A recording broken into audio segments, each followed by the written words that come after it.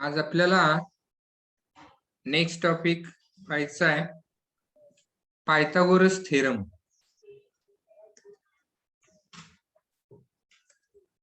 Pythagoras theorem second topic आहे. या topic मध्ये आपल्याला काय शिकायचं आहे ते पहा. स्टार्टिंगला आपल्याला पायथागोरस ट्रिपलेट, त्याच्यानंतर similarity and right angle triangles, theorem of geometric mean, Pythagoras theorem, application of Pythagoras theorem and Apollonius theorem. तर इतका पार्ट आपल्याला या टॉपिक मध्ये शिकायचा आहे. हा टॉपिक शिकत असताना हा टॉपिकचा बेस म्हणजे राईट अँगल ट्रायंगल आहे. राईट अँगल ट्रायंगलची आपल्याला डिटेल माहिती असेल तरच या टॉपिक मधला भाग सगळा समजेल, आणि म्हणूनच आपल्याला राईट अँगल ट्रायंगलची माहिती समजावून घ्यायची आहे. एक डायग्राम घेतो मी इथे राईट अँगल ट्रायंगलची, आणि त्याच्या आधारे आपण समजून घेऊ.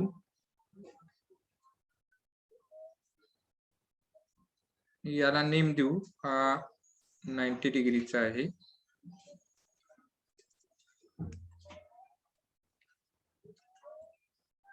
Suppose triangle ABC in which angle B is equal to 90 degree. तर राईट अँगल ट्रायंगल आपण कोणाला म्हणतो? A triangle in which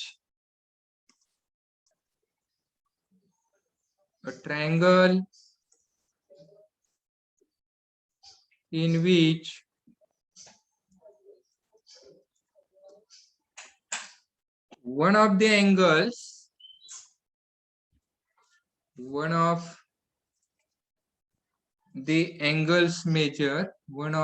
angles measure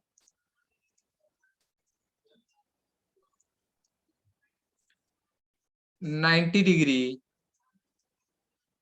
is called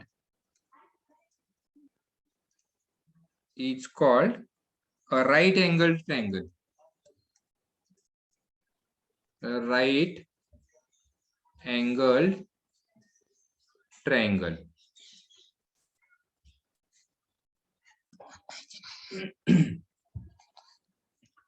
तर इन ट्रायंगल ABC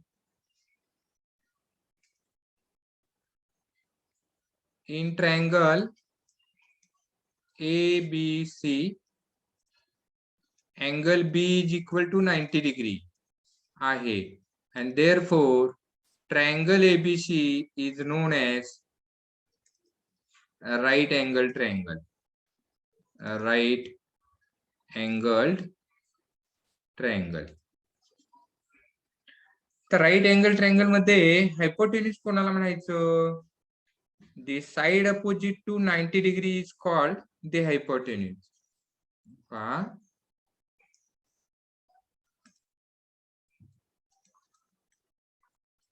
Hypotenuse.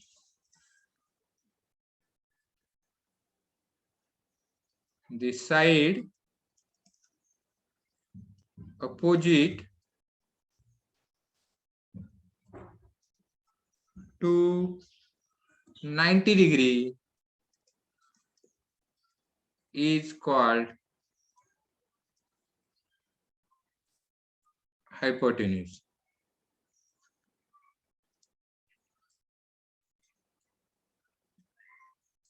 म्हणजेच in figure side AC is known as hypotenuse.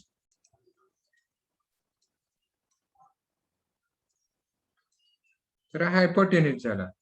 आणि side AB आणि side BC are called as perpendicular sides.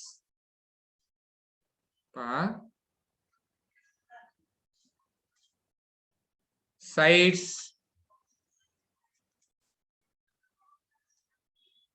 AB and BC are called as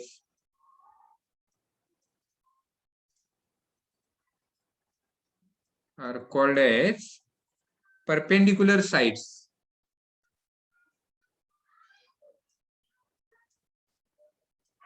Perpendicular sides or sides containing the right angle, or sides containing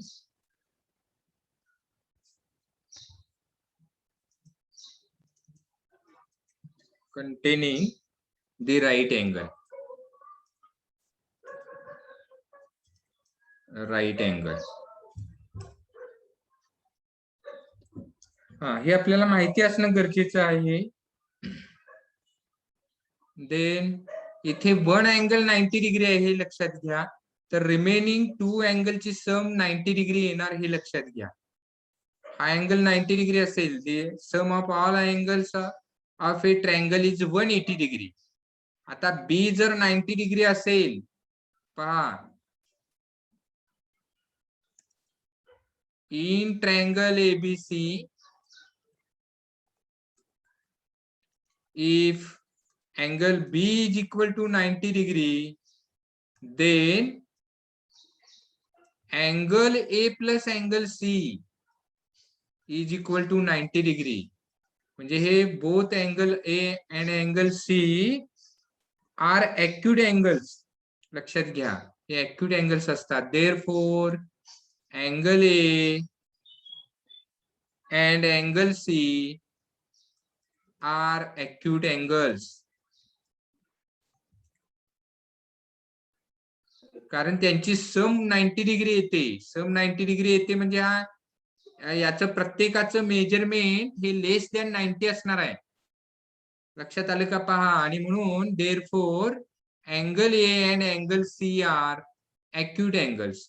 तर ते acute angles आहेत. Okay. त्याच्यानंतर आपल्याला Pythagoras थेरमची माहिती असणं गरजेचं आहे. आणि याच्या साइड्स कशा दाखवायच्या असतात पहा. तर इथे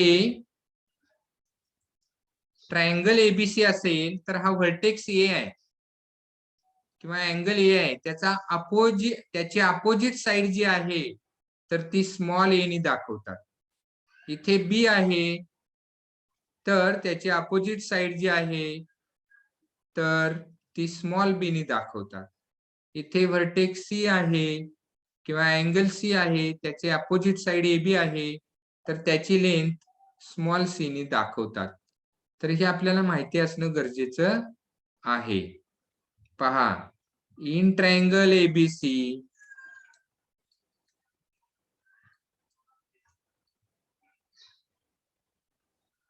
BC is equal to small a घ्यायचं असतात, A C is equal to small b घ्यायचे आणि A B is equal to small c घ्यायचे आहेत. तर हे घेण्याची प्रथा आहे.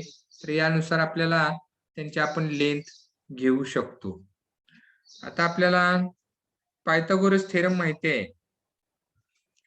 In a right angled triangle the square of the hypotenuse is equal to the sum of the squares of remaining two sides. तर हा झाला पायथागोरस थेरम. तर तो आपल्याला इथे माहिती असणं गरजेचं आहे. In a right angle triangle, just a minute,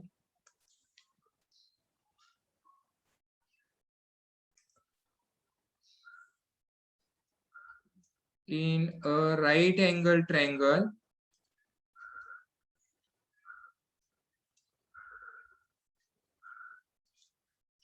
the square of the hypotenuse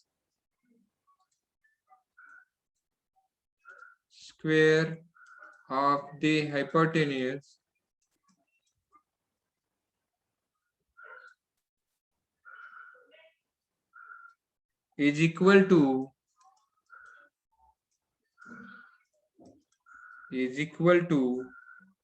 the sum of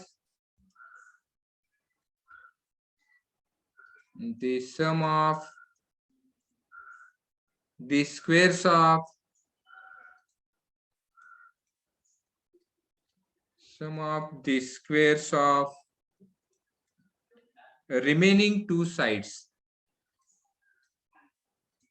Remaining two sides. Therefore, AC square is equal to AB square plus BC square होणार. That is B square is equal to C square plus A square. तर diagram नुसार आपल्याला इथे theorem अशा पद्धतीने लिहिता येईल. तर ही झाली जनरल माहिती. आपल्याला information, general information about right angle triangle. तर ही माहिती असणं गरजेचं आहे. नेक्स्ट पार्ट आहे पायथागोरियन ट्रिपलेट. तर पायथागोरियन ट्रिपलेट म्हणजे काय तर हे समजावून घ्या.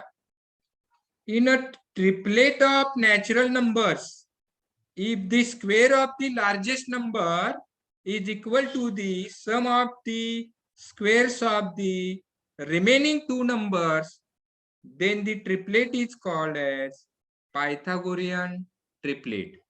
पहा मी डेफिनेशन लिहितोय ते. In a triplet, in a triplet of natural numbers of natural numbers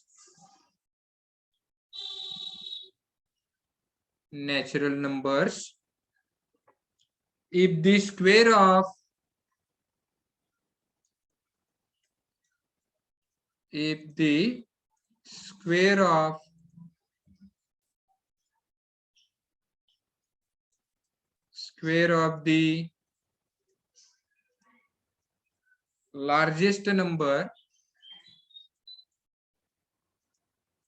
square of the largest number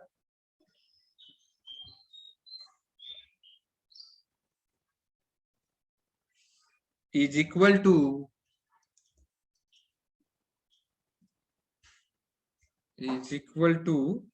the sum of the squares,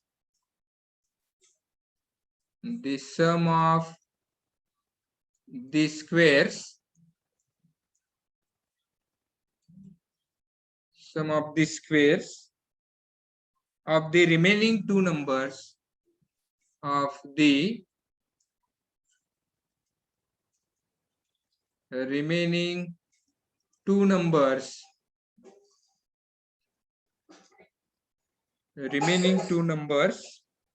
then the triplet is called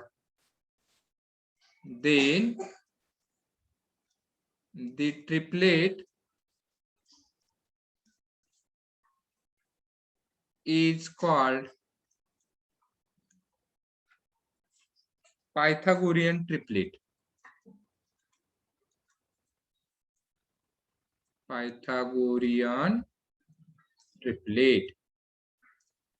पहा अकॉर्डिंग टू डेफिनेशन आपण एक example घेऊ म्हणजे तुमच्या लक्षात येईल.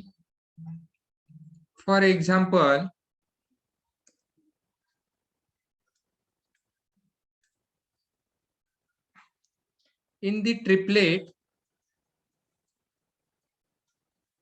in the triplet पहा 11 60 61 पहा याचा आपण स्टडी करूया म्हणजे तुमच्या लक्षात येईल पायथागोरियन ट्रिपलेट म्हणजे काय. Here maximum number is 61. 61 is greater than 60 is greater than 11. म्हणजे लार्जेस्ट नंबर 61 आहे त्याचा मी स्क्वेअर करतो. Square of 61 is equal to 3721. correct. आता मी नंबर घेतो पुढच्या रिमेनिंग 2 नंबर्सचा स्क्वेअर करतो अगोदर. पहा, तर इथे आपण 11 चा स्क्वेअर करू अगोदर. 11 चा स्क्वेअर आहे 121. करेक्ट. आणि 60 चा स्क्वेअर आहे 3600. करेक्ट. आता हा लार्जेस्ट नंबरचा आपण इथे स्क्वेअर केलेला आहे, त्याला आपण नंबर दिला 1. त्याला नंबर देऊ 1. आणि रिमेनिंग 2 नंबर्सचा आपल्याला स्क्वेअरची सम घ्यायची आहे. म्हणजे 11 स्क्वेअर प्लस 60 स्क्वेअर करायचा आहे. 60 square is equal to 121 plus 3600 is equal to 3721. Correct. तर याला आपण नंबर दिला सेकंड नंबर दिला. आता इथे फ्रॉम 1 and 2 पहा, इथे 1 आहे आणि इथे 2 आहे. 1 and 2 चा जर विचार केला, from 1 and 2, from 1 and 2, 61 square is equal to 11 square plus 60 square. पहा, तर इथे 61 चा स्क्वेअर पहा, इथे 61 चा स्क्वेअर आणि इथे 11 स्क्वेअर प्लस 60 स्क्वेअर. इथे जर तुम्ही पाहिला, अंडरलाईन करतोय बा ब्लू कलरनी, हा सेम आलेला आहे. म्हणजे राईट हँड साइड इक्वल आहे फर्स्ट अँड सेकंडची. त्यामुळं लेफ्ट हँड साइड इक्वल घेऊ शकतो. म्हणजे 61 square is equal to 11 square plus 60 square. Okay. आता इथं ऑब्झर्वेशन केलं तर आपल्या इथे लक्षात येतं की the square of the largest number, just a minute, इथे मी लिहितो ते त्याशिवाय समजणार नाही.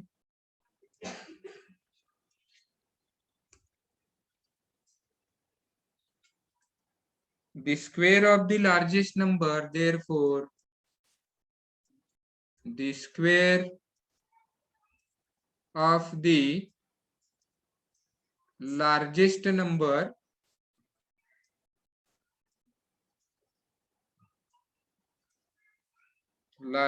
number is equal to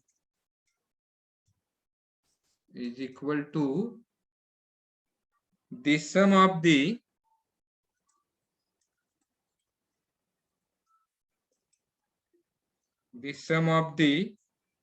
squares of remaining 2 numbers. Squares of the other two numbers,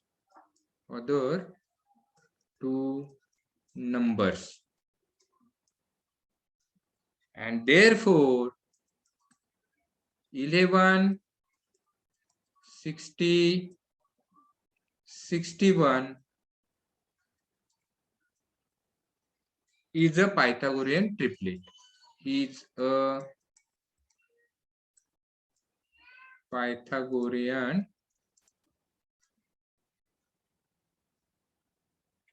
triplet. तर परीक्षेला एक्झाम्पल येतं की असं ट्रिपलेट देतात आणि ते पायथागोरियन ट्रिपलेट आहे की नाही ते ओळखायला विचारतात.